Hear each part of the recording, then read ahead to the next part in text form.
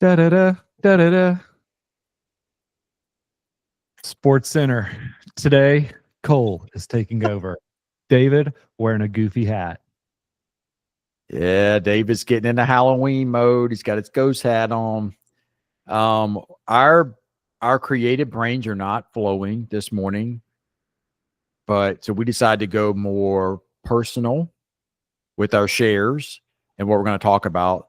So I'm gonna ask a question to the group and see if we can get into some sort of an interesting conversation. So the question is for all three of us, how does owning a business in the addiction field complicate things for us ethically, financially, and emotionally in ways that perhaps other businesses don't typically deal with? So that is the question. Um, I guess first and foremost, what comes up when you hear that question? I could start it. That would be easiest. Or somebody want to go first? I can take it away. Oh, Well, okay. I feel like we need to break it into different sections Okay. instead of trying to answer all at once. But the first thing that comes to my mind is maybe ethically. How do you do that? And I'm thinking of it from a standpoint of being in recovery myself and it being, I think a lot of people have opinions about working in recovery when you are in recovery and you need to be like, and not blending the two. Like now that you're working in recovery, does that serve as your like your personal recovery and like giving back to the community? And are you really giving back if you're like profiting off of this or it's paying your salary?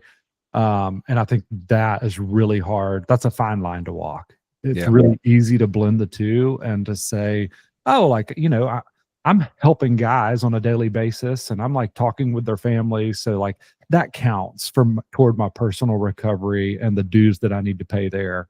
Um, and I think it's taken me some time to navigate that and figure out like what works for David, like for his personal recovery journey and also as a person who's in the field. Mm-hmm. Yeah.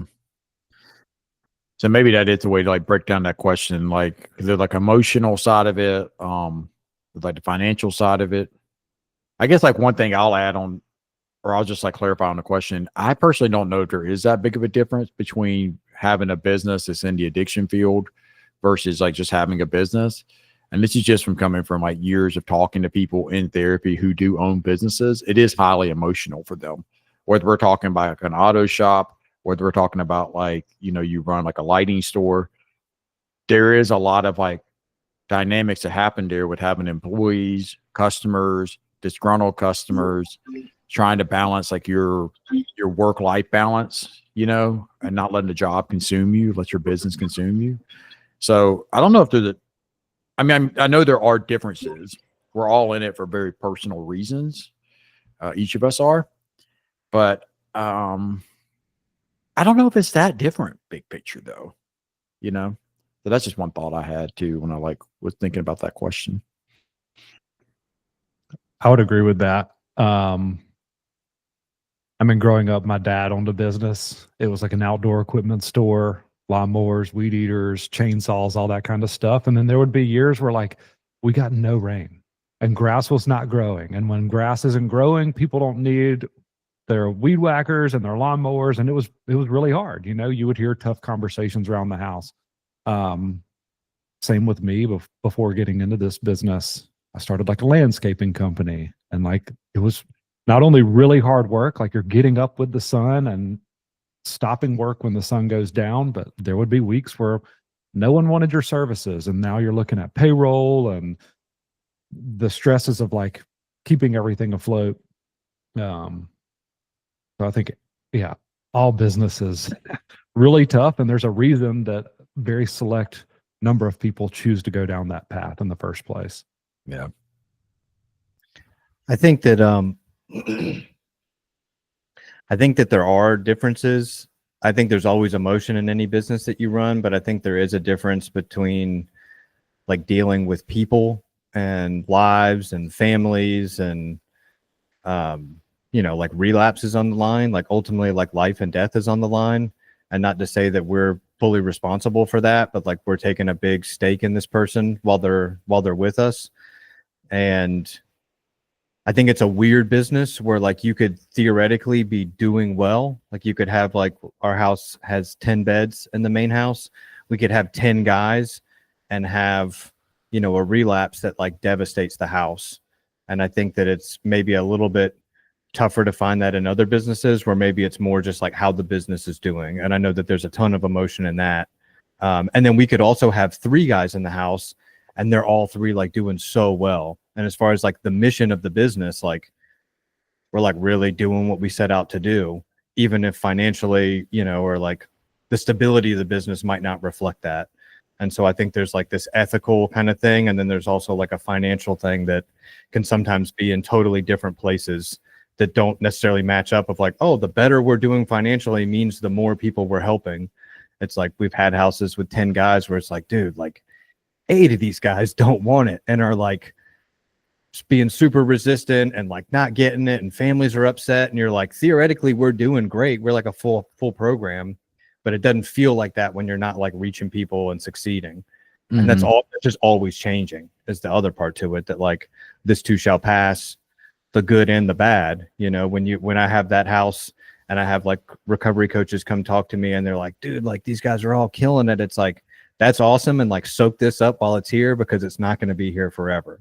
And I don't mean to sound like a Debbie Downer, but like just remember this, like lock this in for when a year from now we have 6 guys in the house and it feels like none of them want it. And then same thing on the other end, like, just remembering kind of where you come from and all the swings of it to know that like nothing's permanent, nothing's forever. Yeah, I listen to a podcast pretty regularly. And one of the guys on the podcast that I listened to, he owns several businesses, and a thing he started doing was journaling when the business was doing really bad, but also the highs when the business was doing really well. And he was like, man, it just helps me so much to be able to go, because it's easy to forget about the really bad times. Like people want to remember the good times, but it's easy to just stuff those bad times down and not look back at them. But it's been so good for me for the next time that a bad time arises, I can go back to this journal and realize that like, oh, I've kind of been here before and I've worked my way through it. I figured out, a new path forward. And I thought that was really good. Something I started doing was journaling like those lows and those highs so that you can go back and see that like, hey, it's a roller coaster. Life is a roller coaster. It's not just business, it is life. It's a wild ride. Yeah. It's also interesting too, like because having a business like this, it's not so much a one-to-one, like you sell a burger and you make $2. Like there's a very like delayed income part of it, not only from like a payment standpoint, but there's also a lot of variables out of control. Like what is demand for the service we provide, and like how it feels emotionally may not be attuned with how it is financially, to Lucas's point, right? Like we may have like guys doing really well, but not like a huge like census at the time. So it's technically less money coming in, but it's such a deferred like income stream that I think people don't like really realize. Like it's not just because the house is full right now that we're like getting money for that. You know what I mean? And that's where I think we have to connect to like the bigger mission of like, what does it mean to be successful? And luckily we're all like pretty aligned in that. And it's easy for business partners to get out of alignment with that. But I think for all 3 of us, it's some version of like being sure to help people, to help people get better and trying to be like kind and compassionate to them, because that is stuff that those characteristics were offered to all of us at various times, like in our own lives. Like for both of you, when you guys were in treatment, for me, it was in, from like having therapists over the years when I was like actually a client and really benefiting from that. So, I mean, just being able to like really connect to that and know that just because like maybe the bottom line isn't aligning with what we want it to be, or the census isn't great. Remembering, at the end of the day, like our mission is like to help people. Yeah. You know, Sorry, go ahead. well, I think it's just a really important characteristic of it. You know, go ahead. That's an interesting way of, or an interesting statement, because that's so true with the financial side of it. Is like, yeah, we could have a full house and people are doing seemingly okay. They're showing up to therapy, but it could be months later that we even see a penny from insurance. Yeah.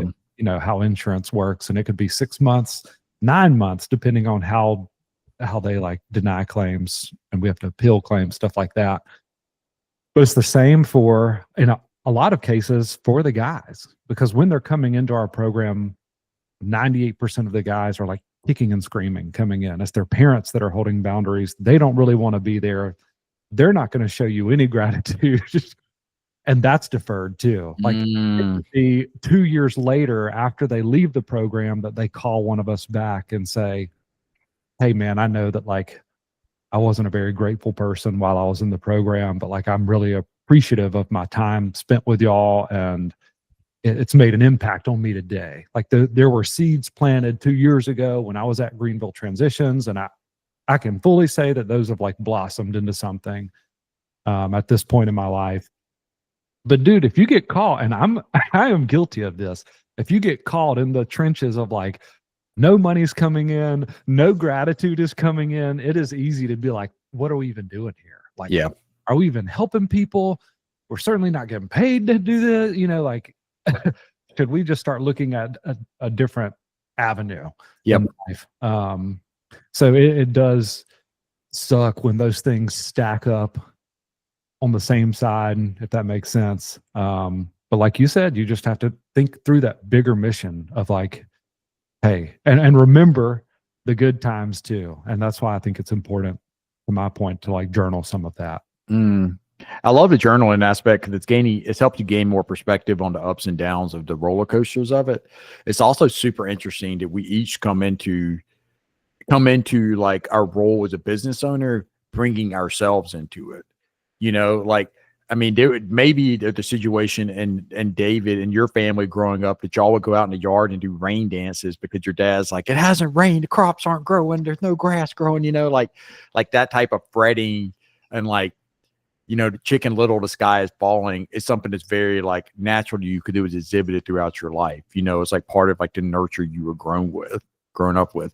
And like for me, you know, it can get really like nihilistic, you know, because like at times, like when my like family would like be having a hard time, it would just kind of like be throw your hands up, like, what's the point of it? What's the point? You know, and I'll catch myself doing that in hard times. I'm just like, what is even the freaking point anymore? Like, what do we, you know, like just get real like down about it and nihilistic, you know. And then for Lucas, who even knows? Lucas, I feel like for you, like how would you say you handle it? Like the way, I guess, like connecting like how stress was like shown like when you were a kid and how your family like processed it, and like how did that show up as a business owner? Give me ideas. I have a theory, but do you have any ideas for you? Mine's not going to sound that great because I feel like y'all's were very vulnerable, and I don't know, I just don't remember mine being very like negative because my parents really like hid a lot of that and never really showed that to the kids. And so it was like when I was older, kind of looking back and like finding out like how much money my parents make, like a roundabouts, because you just have no idea when you're like 10 years old of like, are we like rich or are we poor? Is this normal? Like kind of comparing yourself to other people in your class, whatever. And yeah, I mean, they put 4 kids through like private school, like adopted 3 kids, and that can cost a lot of money. And I remember when I did get old enough to like ask my mom, I was like, how the hell did y'all like make that work? And she was like, you just figure it out. You know, like the money comes from somewhere, and it just always worked out. And we just had faith that it would, and kept doing what we needed to do. And so that's what I feel like I try to like carry into like business ownership and whatever, is just like, it's going to work out. And then I've had tons of experience of that in business ownership so far, that like as much fretting, as much like, as it can feel like the walls are closing in, we're never going to make it out, we like always do. And I get that, like, you always do until you don't. Like, you could have that mindset. I just try to stick more on the side of like, we always do, and we'll like figure it out. And we have a good program with good people in it for the right reasons. And there's a lot of people who need help. They'll find their way to us, and we'll figure it out and get through. Yeah. Is that, David, maybe you can help me out with this. One thing I do see with Lucas is you definitely have like that optimistic side of it, like you just described. Like, hey, it's going to, like, it's kind of like faithful, like things are going to work out, right? Give me the dirt, dude. Yeah, but I think there's two other things that happen too. One is like, I think when you feel out of control, you would lean into like logic, and you're like, that's when a notepad comes out and like, let's write this down and let's put this and let's crunch these numbers. Like, you turn into the logic side of it. And then the other side of it is like, due to like the faith on some level, you're like, let's not change anything. Let's not change this. Let's just keep it the same. Like, there's no need to take the train off the track. The tracks are fine. The tracks are fine. You know what I mean? Like, we're going, like, we don't need to change directions whatsoever. And I think that's like where you're like, how it'll show up for you, because your parents were pretty unflappable. Like, they weren't like changing jobs. They weren't like really, they were probably making changes, but they did not let you know what the changes were. You know what I mean? Like, and they are like very steady people. But so, you know what I mean? Like, it's like you didn't really get to ever see like, hey, changes need to be made on some level. Whereas David, like maybe with your dad running his business, like there was maybe like more of a willingness to change. We need to expand into like this type of sector, or we need to try this, because you tend to be more change receptive. So I don't know. I feel like that resistance to change could be something that kind of came up from parents that were pretty steady, Yeah. Funny. I think the opposite, real quick, that like some of it is true. Like for my dad, is like a very like steady and stable guy who like doesn't really change. Yeah, job his career. But my mom changed jobs probably like 3 or 4 times. Now, a lot of them she stayed at for 10 years, 15 years, whatever. Yeah. But also my mom is like, Pilates this week, yoga next week, bar class the week after that. Now I'm running triathlons. Like, she's always changing. Eggs are in, eggs are out. Milk is good. Whole milk's bad. You want skim milk? Like, that was a big part of my childhood, probably making me the opposite way of like, I want to just like find something good I can stick with and not have to do all this changing. But then even still, that like seeps its way into my life. For anyone who knows me, of just like, I'm all about jujitsu. Now I'm all about lifting. Now I'm all about cardio. Now I'm all about this health trend. And like, I still have that in me.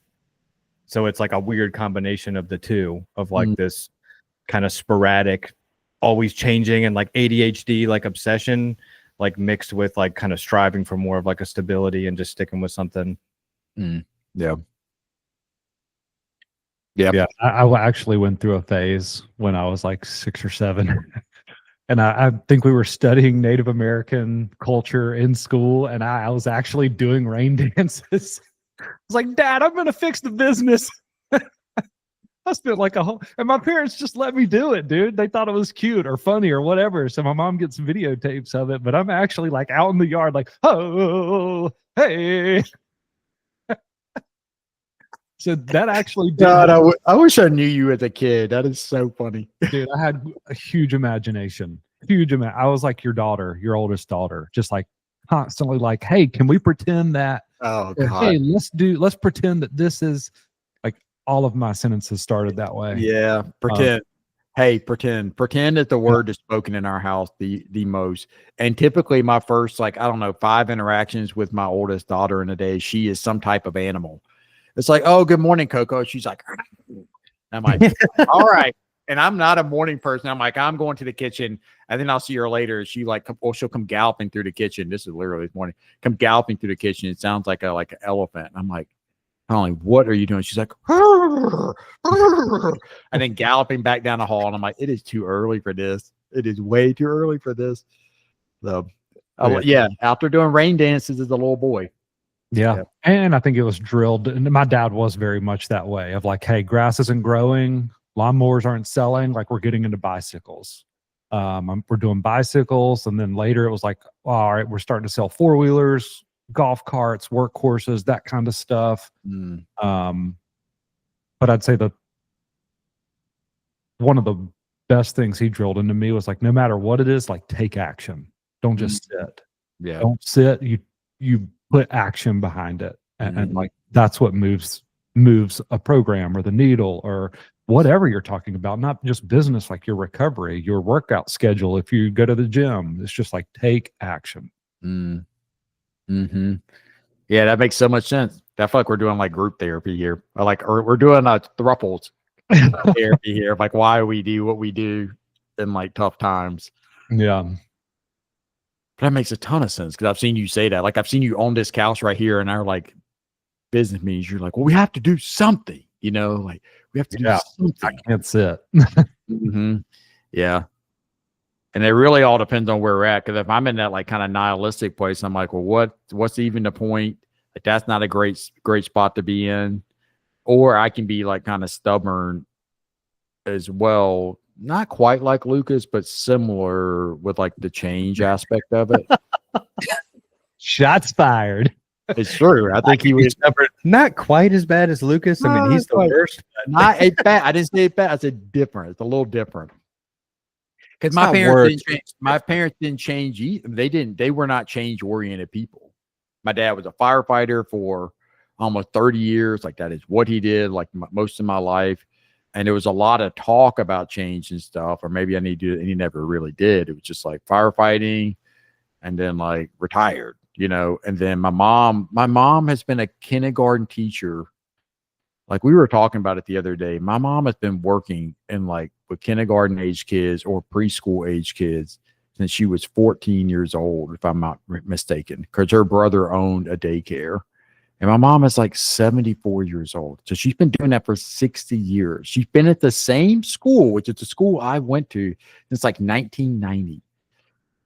Like, still been there, like same, like she's in the same like classroom, and like they're not very like change oriented people. So I don't know, it's just interesting like what you bring into that, like the differences, because like starting a business isn't something either my parents would have ever really done. So and I've done that, and they've always said, my mom even mentioned this like on my birthday last weekend. She said, like, from the moment we had you, your dad and I always said, where did we get him from? Because you are like so different from us. And I am like different from my parent, but also like very similar in ways too. And like I like to just be very steady with things, So Learned behavior. For sure. All right, Definitely. Lucas, let's talk about how difficult Cole thinks you are. I know. Let's get into it. That is David trying to like speak through me. So it's like, so Cole, go tell him how difficult and I obstinate. heard that right. You said he's very stubborn and does not like change and great ideas ever. Is that what I heard you say? Yeah, I can't wait for the next team meeting. Like, I didn't say that at all. I just said my stubbornness is different from Lucas's and yours, to be fair, Dave. Like, we all are stubborn in our own little ways, For sure. My stubbornness is different in the sense that it's not as bad as his. It's just different. It's just different. No, and I think that there's also like the financial ethical split. I find when it comes to like, what's the cost of your program? Do you do scholarships? Do you ever like give it away? Like stuff like that, if you were just like total bleeding heart, I'm going to help every person no matter what, like no financial mind about it at all, we would probably be open for like another 3 months. I would say if we started that today. Yeah. And then the program would be done and closed for good because we wouldn't be able to pay the mortgage or the staff or the insurance or, any of the many like costs that come up for any business, but specifically ours. And so you like have to have, that's like a tough line to walk, I feel like, as well, of like, what's the best thing for the guy? It's thinking about the individual guy and also the house program as a whole. And I think that's really the balance. And that kind of falls in also with like the financial stuff versus kind of ethical, like what's the right thing to do. I think that's just a tough needle to thread a lot of times, and you just do the best you can, trying not to be too far on one side or the other. Yeah. I try to, for me, there is an interesting element, I think, that has to do a little bit like where it makes it easier for me to lean into that.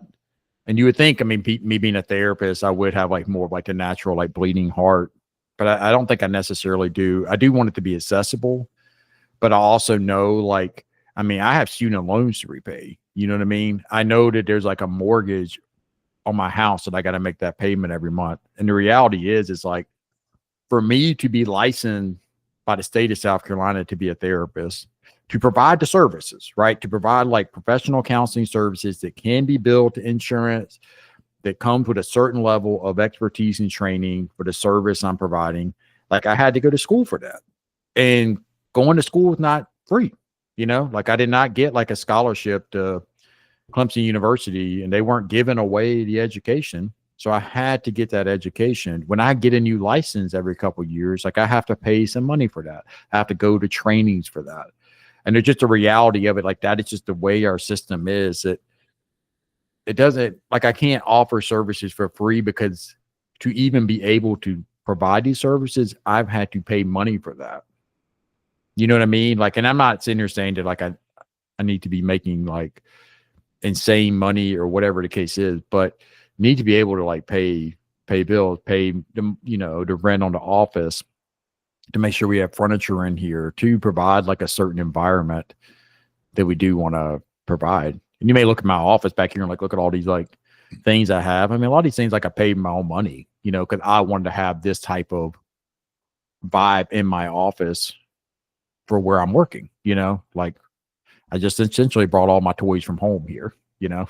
So I don't know, it makes it a little easier for me to justify that, like, we do charge for our services.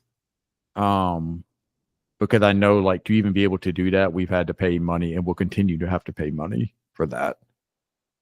Yeah. And beyond us, beyond like founders, owners, but like people that work with us, that help us run this facility. Like, there's a big difference between a $30,000 therapist and a $50,000 therapist. So you're also paying for quality of people that are working with the people that come through this clinic. You're paying for them to like believe in your mission, in your journey. So there's so much to unpack there. But that's a funny difference too, that like this kind of goes back also to what you were saying, David, in the beginning of like, what's like the difference between service work and my own recovery and then what I'm doing at work.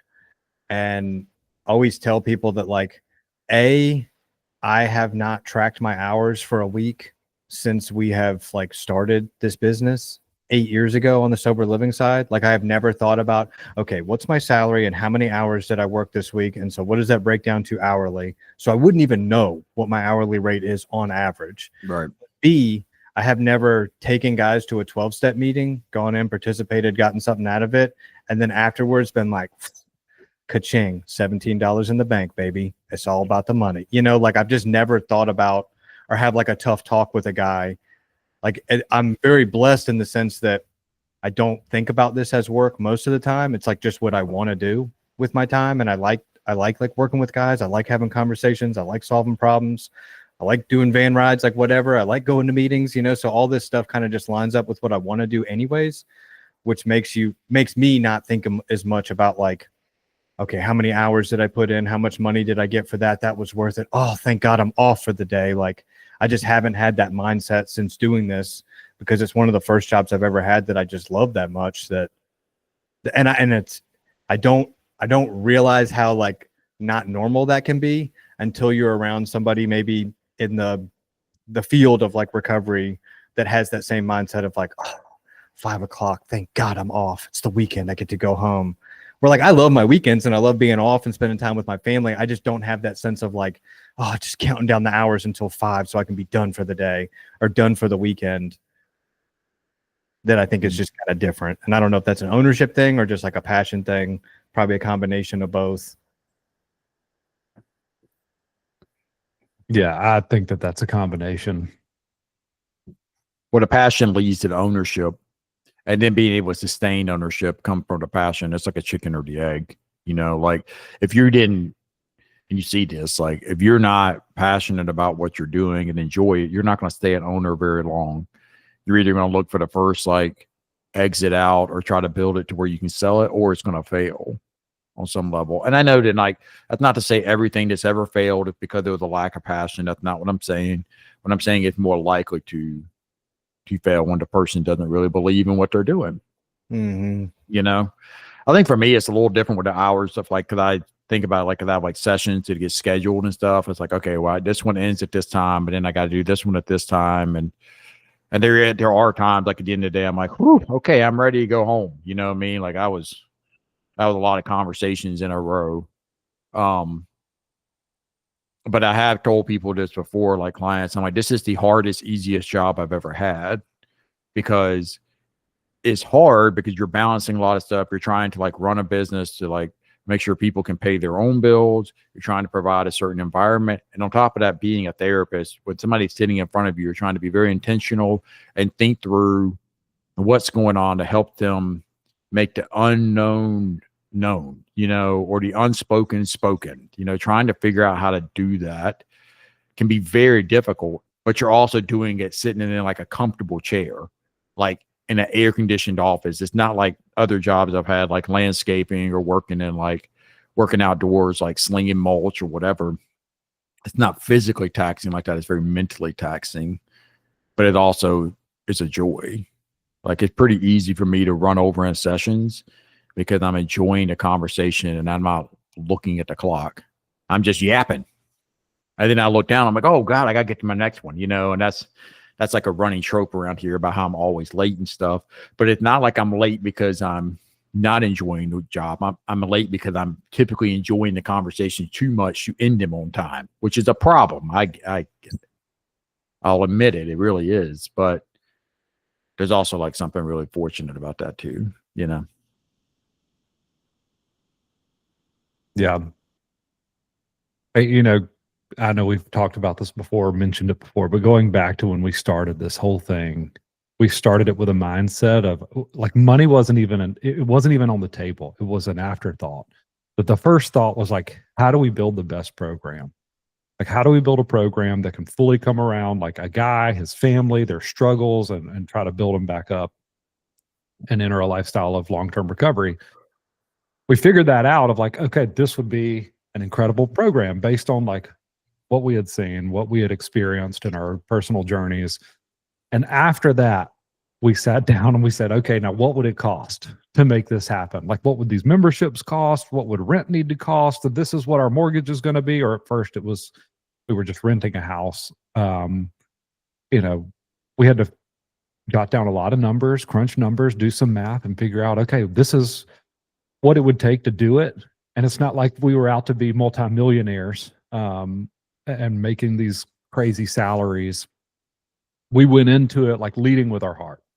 And this is crazy, but I just saw it. I got an ad on my Instagram the other day of a guy pretty much saying, like, hey, if you own rental properties, hire me. I will come and coach you how to turn those into, like, sober living homes so you can turn more money out of all of your properties. Like, forget Airbnb. That's the past. We need to turn and it just made me sick of, like, you know, that is leading with the wrong thing. You're leading with your wallet at that point. There's no passion to it, or the passion isn't in, like, the people who are struggling in their lives. The passion is, like, let me get this money.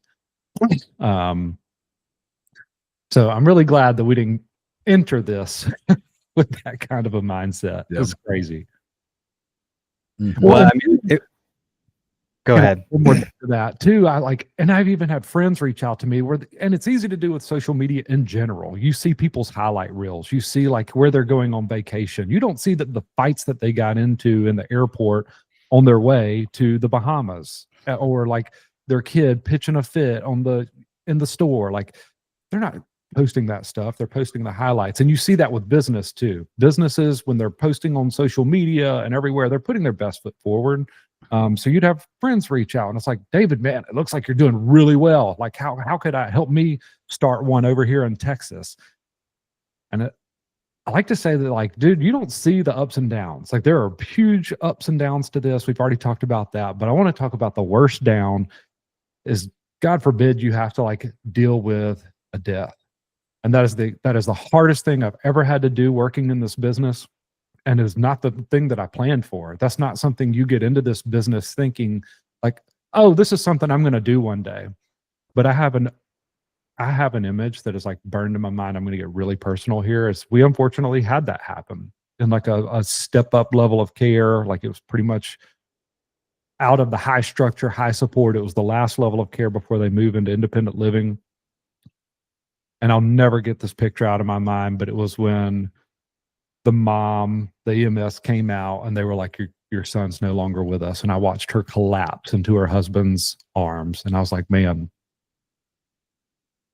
that's one of the hardest things I'll see. You know, that is the hardest things you'll ever have to deal with in this business. And that's one thing I would tell anyone who's thinking about getting into this business or turning your rental property into a sober living house is like, are you prepared for that day to come? And how are you going to handle it? Because it'll flip your world upside down. Well, and that's what I was going to say. There's like a, God, I hate this word because I don't know how to say it right. Naivete. I think the naivete sounds fancier. It sounds so pretentious though, but I was trying to think of a synonym for the past like 2 minutes. But like that part, whether it's around like the money or it's around like the realities of like overdose, relapse, death that you just like don't think about in this idealistic world of like, we're just going to make the best program. And it really was like an afterthought where we were just like, well, dang, I guess before we open, we should figure out how much we're going to charge. That's probably important. But that was like one of the last things. And everything before that was like, should they have therapy or not? Should they have a gym membership or not? Should we include food or should we not include food? Like just everything like going at it at the kitchen table in the current main house, you know, of like every day. That was what we woke up and did for 6 months, was like dug into like paperwork and rules and structure and what should be included and what shouldn't. And only at the end thought like, you know, I guess we got to figure out like what the heck we're going to charge. Because that just wasn't something that was like relevant to us. And then same thing that you said, David, about like, I would have thought we're not going to have relapse even. Like that'll be so few and far between. They like can't even like just being so idealistic of like, we're making this program that's going to be so good that guys aren't going to relapse and guys aren't going to fail and definitely not overdose and for sure not pass away because we've got Narcan and we've got policies and all the stuff that you think kind of protects you from that.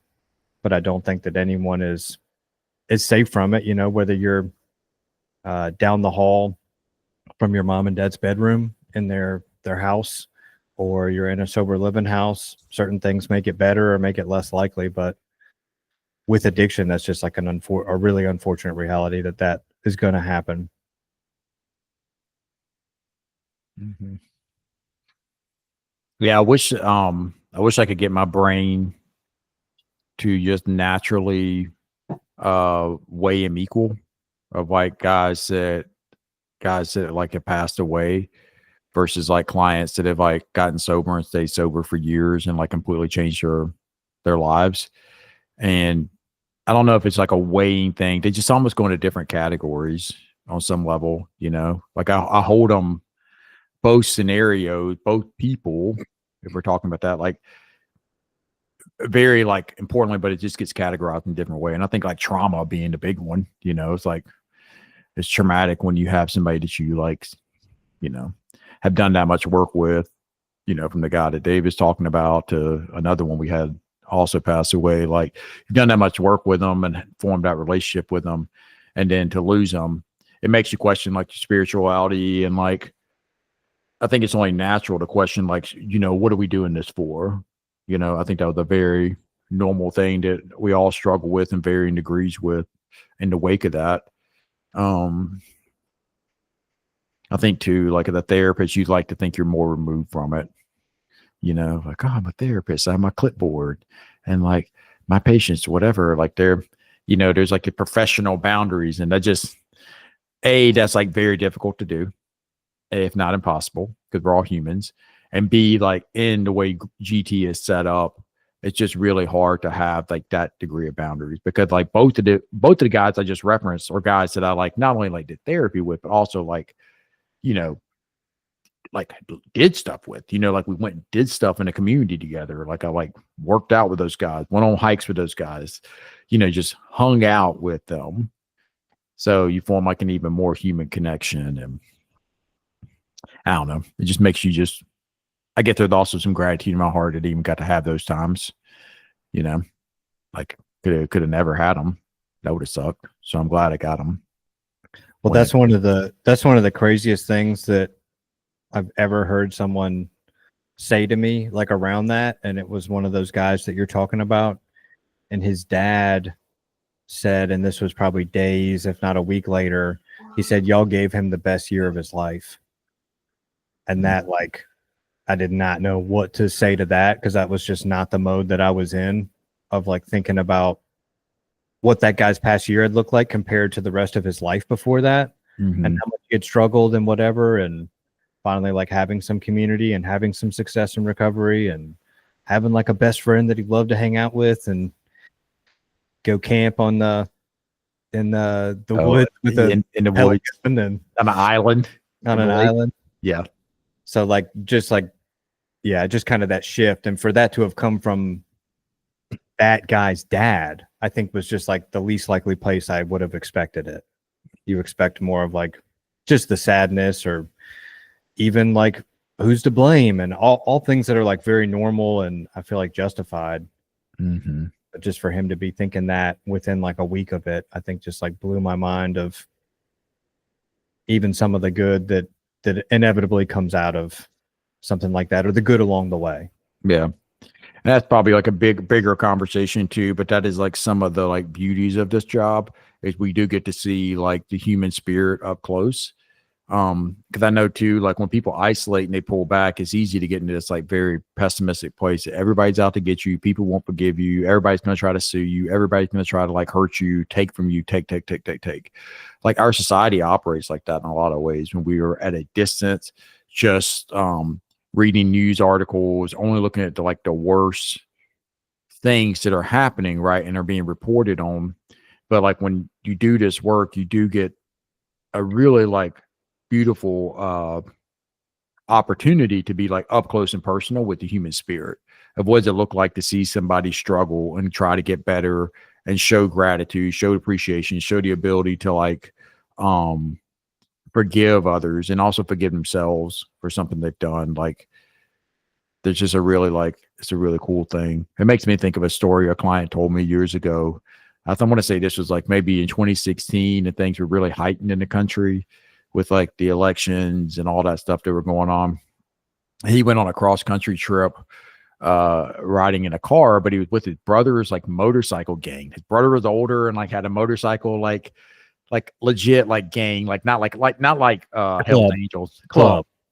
I kind of like gang. I think that's cool, but we'll call it club, a motorcycle club, just a bunch of like good dudes, riding across the country. And he was riding in the car, like they're like support or whatever. And he said it was just such a great experience for him because he has spent every day like opening the newspaper and just getting really down about humanity. And he's like, when I was out there, like eating at little diners across the country, seeing how people live, like that is not what's happening for most people. Most people are just trying the best they can and just trying to help. And I still find that to be true in a lot of ways.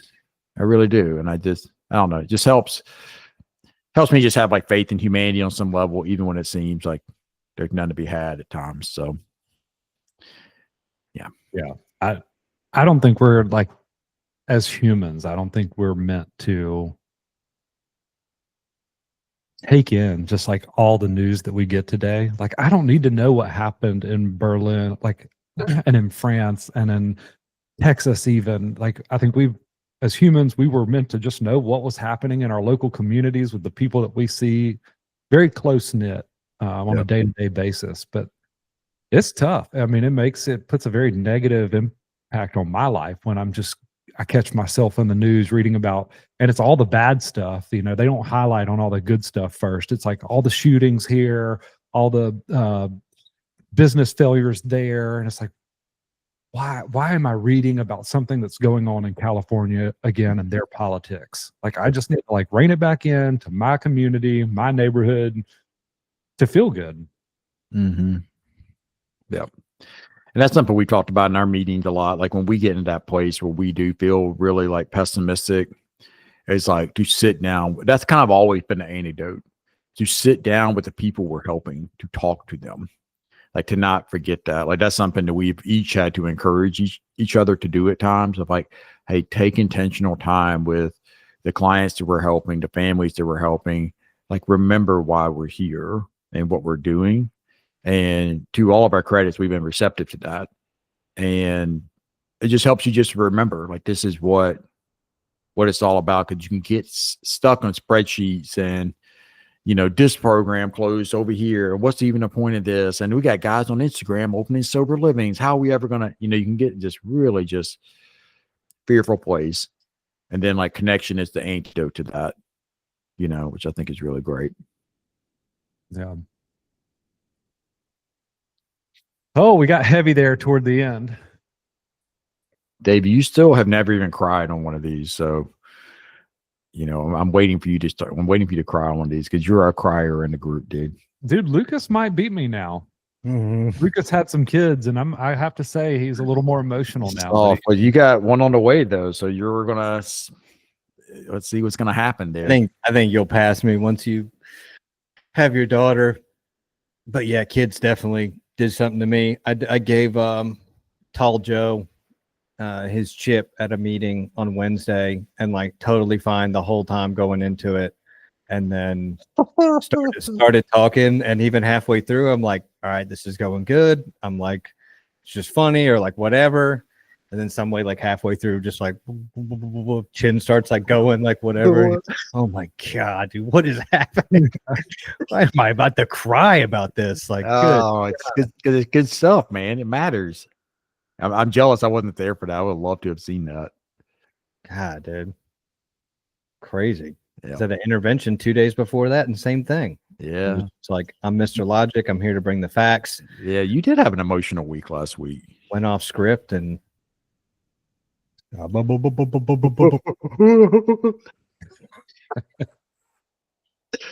right, let's wrap it up. That was a good conversation. Yeah, let's wrap it up here.